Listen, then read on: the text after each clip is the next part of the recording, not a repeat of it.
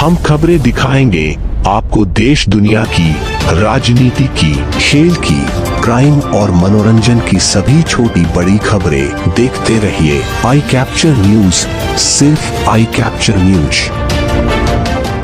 Madam देखिए, जो भी बल पड़ेगा, किसी भी चाहे चिकित्सा में चाहे सुरक्षा में हो, सब साथ में सुरक्षा, एजुकेशन, जो भाजपा सरकार हमेशा विकास के मुद्दों की भी लेके आती है। आपका कोई खास मुद्दा ऐसा कुछ जिससे लोग आपको वोट दें? सर, जो इन्होंने सपने दिखाए हैं वो सपने इनके बस की नहीं है पूरा करने, वो सपने हम कर देंगे। एक दीवानापन और एक जुनून चाहिए, इनमें किसी में जुनून और दीवानापन है ही नहीं। इन्हें तो गाड़ियों का शौक है कि गाड़ियों में बैठे 2-4 गाड़ी आगे पीछे हुई, जनता धकेल दी गई और आगे निकल गए। मैं तो स्कूटर पे मैं साइकिल पे पहुंच जाऊंगा जहाँ मुझे काम करवा ले। चुनाव के वक्त सभी नेता इसी तरह के वादे करते हैं, ऐसे में जनता को कैसे भरोसा दिलाएंगे कि आप वाकई ही काम करेंगे? आप देखिएगा, मेरे पिछले 2 साल के अंदर सोशल मीडिया पर देखेंगे, मैंने सबसे पहले काम करके दिखाया कि 10 जगह कूड़े पड़े हुए थे ओपन। मैंने नगर आईजी को लेटर लिखा, लेटर लिखने के बाद उन्होंने मेरी नहीं सुनी और एक मोबाइल पे मैसेज आया कि वहां का सब समाधान हो चुका है। हमने पोर्टल जब मोबाइल पे जब मैसेज देखा, मैं तुरंत ही उस जगह गया। मैंने हो सकता हो गया हो, मैंने वहां देखा, वहां कुछ भी नहीं हुआ। मेरे दिमाग में आया कि भाई देखो, हम व्यवस्था तो लड़ नहीं सकते, कहीं ना कहीं ये लोग भी मजबूर हैं। मैंने तुरंत ही 10 पोस्टर बड़े बनवाए और जहां जहां कूड़े घर थे वहां मैंने लिखवाया कि खुले में शौच करना पर प्रतिबंध है, तो खुले में कूड़ा घर बनना भी प्रतिबंधित होना चाहिए। तो उन 10 कूड़े घर में से 9 कूड़े घरों के वो कुछ तो ठीक कर दिए गए और कुछ में आज फुलवारी हो रही है। और एक पटेल मार्ग भोजा गाजियाबाद का उन्होंने डंपिंग यार्ड बना रखा है, उसे जब मैं आप लोग मेरा समर्थन करेंगे तो मैं उसे वहां से भी हटवा दूंगा। सर, लालपार क्षेत्र की बात करें, जो NH-24 है उसके जस्ट बराबर में ही रास्ते में कूड़ा घर बना हुआ काफी समय से, और NHI वालों का कहना था कि इसे रोड बनाकर देंगे, लेकिन अब तक भी कुछ नहीं हुआ। वहाँ पर तो क्या करेंगे लालपार क्षेत्र? सर, वो सर हम लोगों की कमियां हैं जिन्हें हम चुन रहे हैं ना। वो लोग जब तक काम नहीं करेंगे, जब तक एक विधायक, मैं कह रहा हूँ चलो विधायक का काम नहीं आता नाली में हाथ देने का, जब तक कोई विधायक, जब तक कोई नेता नाली में हाथ देकर दिखाना देना कि गंदगी कितनी है, उससे पहले स्वच्छता तो केवल नाम की हो रही है गाजियाबाद में। जो ये कहेगा कि हाँ मेरे गाजियाबाद में विकास होगा, कॉलेज बनेंगे, अस्पताल बनेंगे और बेटर जो सरकारी अस्पताल है उनमें संशोधन होगा, मैं उसे समर्थन करूंगा। सुरेंद्र जी भी जो जमीन सेक्रेटरी रहे अपने टाइम में, आप सुशांत जी साहब क्या मानते हैं? मैं सुशांत जी को मानता नहीं हूँ कि वो थोड़े दावेदार है कि वो चुनाव में उतर गए। वो क्या अपने पिताजी की छवि पे उतरे, जिस तरह पिछली बार अतुल गर्ग जी उतरे थे कि अपने, देखो अतुल गर्ग जी नहीं जीते थे, जीते उनके पिताजी थे। आदरणीय दिनेश चंद्र गर्ग जी जो थे उनके बिहाफ पर जीते थे, और इस बार वो वोट मोदी जी और योगी जी के नाम पे मांग रहे। शायद जनता को पता चल गया है वो क्या करेंगे और उनपे कोई योजना नहीं। आप अपनी टक्कर किससे मानते हैं? मेरी टक्कर तो किसी है नहीं, अतुल गर्ग से मैं सीधा सवाल पूछ रहा हूँ, और टक्कर अतुल गर्ग और अमित शर्मा की होगी इस बार। जब अतुल गर्ग जी अपने पिताजी के बिहाफ पर चुनाव जीते तो सुशांत गोयल क्या इस बार भी ऐसे कर पाएंगे? जी मुश्किल है, इस बार मुश्किल है। अतुल गर्ग इतनी बड़ी हस्ती हैं, पुराने समय से पैसा भी है, नाम भी है, आप एकदम से आके खड़े हो गए, क्या आपको लगता है कि उन्हें टक्कर दे पाएंगे? भाई अतुल गर्ग जी स्वास्थ्य मंत्री हैं, उनसे एक बार कह दो मुझसे 1 किलोमीटर की रेस लगा ले, और अगर 1 किलोमीटर की ना लगा सके तो मैं 100 मीटर की चैलेंज करता हूँ, वो मेरे से रेस लगा ले। वो स्वास्थ्य मंत्री है जी, मैं तो एक आम आदमी। इस बार के चुनाव में किसानों का मुद्दा भी बड़ा अहम रहा है और अखिलेश यादव ने अन्य शपथ भी ली है, तो किसानों को लेके आप क्या कहेंगे? देखो, अगर किसान सही थे तभी सरकार ने अपने घुटने टेके, और किसान से बढ़कर तो मैं किसी को मानता नहीं हूँ। मैं अपने किसान और अपने जवान, मैं तो उनके पैर ही छू सकता हूँ। वो बड़े हैं हमसे, वो हमसे ना सेवा कर रहे हैं देश की, हम कुछ नहीं कर रहे। देश की प्रदेश की जनता से क्या कहना चाहिए? मैं तो ये कहना चाहूंगा कि वोट उसे दें जिसने सेवा कर। देखिए, महिलाओं के लिए सबसे बड़ी बात यह है कि देखिए लाइन पार क्षेत्र से जो महिला जो बीमार हो जाती है वो सबको इधर आना पड़ता है लाइन पार क्षेत्र से। सबसे पहले मैंने अस्पताल की योजना है और सुरक्षा के लिए हमेशा ही मैं तत्पर रहूंगा। और बहनों से मैं कहना चाहूंगा कोई भी वारदात होती है या उनकी कोई नहीं सुने तो मेरा मन है, अगर मैं मानता हूं तो बहने है कि अमित शर्मा मेरा भाई है, मेरा काम कर दे, वरना मैं अमित शर्मा को बुला रही हूं। तो ये मेरे लिए सबसे बड़ी मान सम्मान की बात होगी। सर बहने लाइन क्षेत्र से इधर भी रहती हैं, उनके लिए था। सर मैडम देखिए, जो भी बल पड़ेगा, किसी भी चाहे चिकित्सा में हो चाहे सुरक्षा में हो, सबसे आगे रहूंगा। सुरक्षा, एजुकेशन, जो भाजपा सरकार हमेशा विकास के मुद्दों की भी लेके आती है, आपका कोई खास मुद्दा ऐसा कुछ जिससे लोग आपको वोट दें? सर जो इन्होंने सपने दिखाए हैं, हमने उनसे कहा था कि आप वो कंपनी बंद करो जहाँ थैली बनती है, वो सबसे अच्छा काम रहेगा, लेकिन उन्होंने ये कहा कि ऐसा हम नहीं कर सकते। मतलब ये हुआ कि गरीब जनता, व्यापारी को मारना जरूर है, उन्हें छापे लगा दो, लेकिन जहां वो मैन्युफैक्चरिंग हो रही है उसके प्रति में कोई योजना नहीं है। और हम वही काम करेंगे।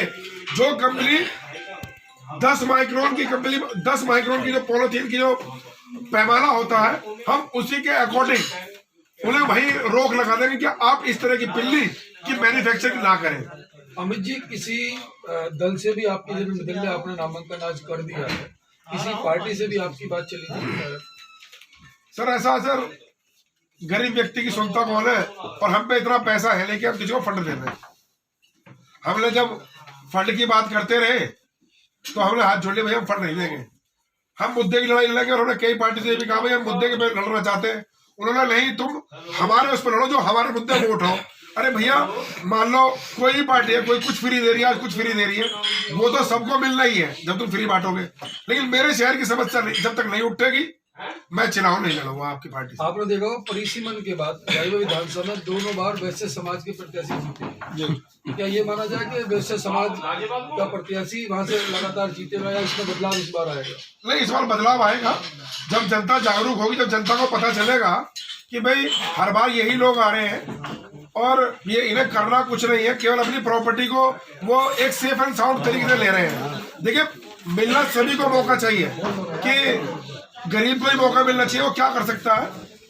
और अगर कोई अच्छा है तो रईस भी लड़े, लेकिन हमारे यहाँ जितने भी सरमाएदार आए हैं, गाजियाबाद के लिए कुछ नहीं करा, लेकिन उन्होंने अपने लिए बहुत कुछ करा।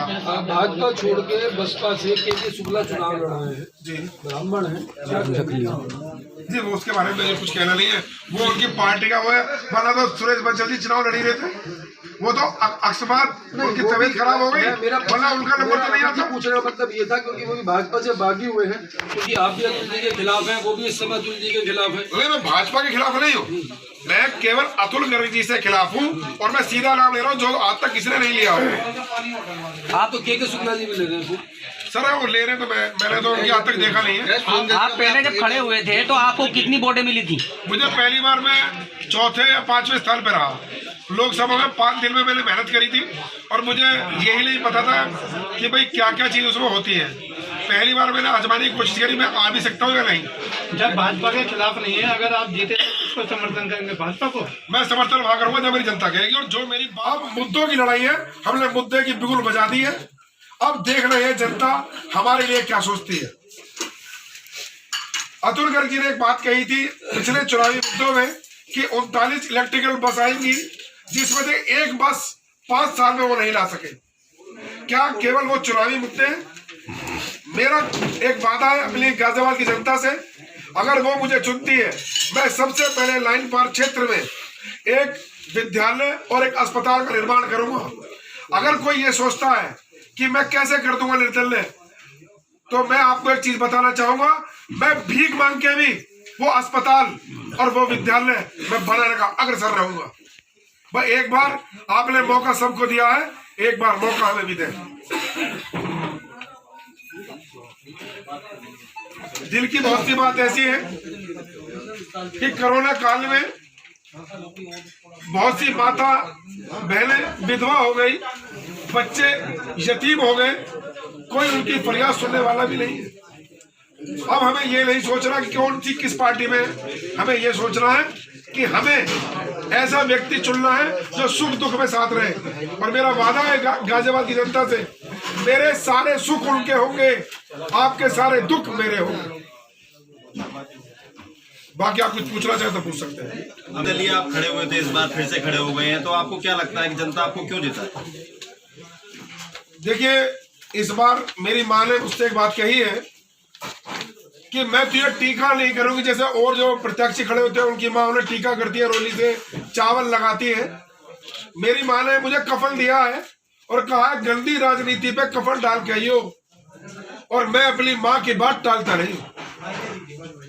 जैसे कोरोना भी पास आ रहा है, योगी मोदी सब वर्चुअल रैलियां कर रहे हैं, ऐसे में आप कैसे खुद को जनता के बीच में रखेंगे? मैं चुनावी प्रोटोकॉल जो है 5 बंदों का, मैं 5 बंदों के साथ ही उनके आदेश का पालन करूंगा और चलता रहूंगा, अपनी जनता को बताता रहूंगा। किन मुद्दों को अहम लेकर आप चल रहे हैं? देखिए, जो उन्होंने पिछले 5 साल पहले जो उन्होंने शिक्षा की बात करी थी अतुल गर्ग जी ने, जिसमें उन्होंने एक मुद्दा भी जो पिछली बार उठाया था उन्होंने एक ही मुद्दा पूरा नहीं करा है। जो मुद्दे उनके रहेंगे मैं सारे पूरे कर दूंगा। ये संडे बजा लगता है, उसमें चौपले पे बड़ी भीड़ लग जाती है, उस बारे में आपका क्या कहना है? देखिए, संडे बाजार लग रहा तो उसको अगर भीड़ लग जाती है तो उसका कहीं ना कहीं ऐसी जगह मिलनी चाहिए जहाँ वो पटड़ी वाले भी काम कर सके। और एक बात और कहना चाहूंगा, मैंने भी कुछ समय पहले एक पोस्टर लगाया था, पूरे गाजियाबाद में 5-10 पोस्टर लगाए थे मैंने, उसके अंदर जिसकी तरफ इस सरकार का ध्यान ही नहीं रहा।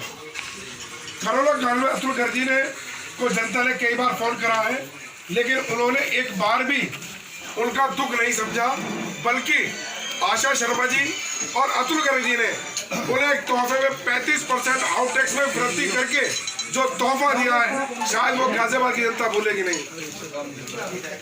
उस दौरान हमने 50,000 पोस्टर अखबार के माध्यम से हमने पूरे गाजियाबाद में उसका विरोध करा था कि आपने 35% आउट टैक्स नहीं बढ़ाना चाहिए था। अभी बाबा को कोई छूट देनी चाहिए थी फीस में, लेकिन कोई बोलने वाला इसलिए नहीं है क्योंकि आप सरमाएदार लड़ रहे हैं और सरमाएदार किसी के बारे में बोलेंगे नहीं। उन्हें ये करना है, आधा हमने लूट लिया और आधा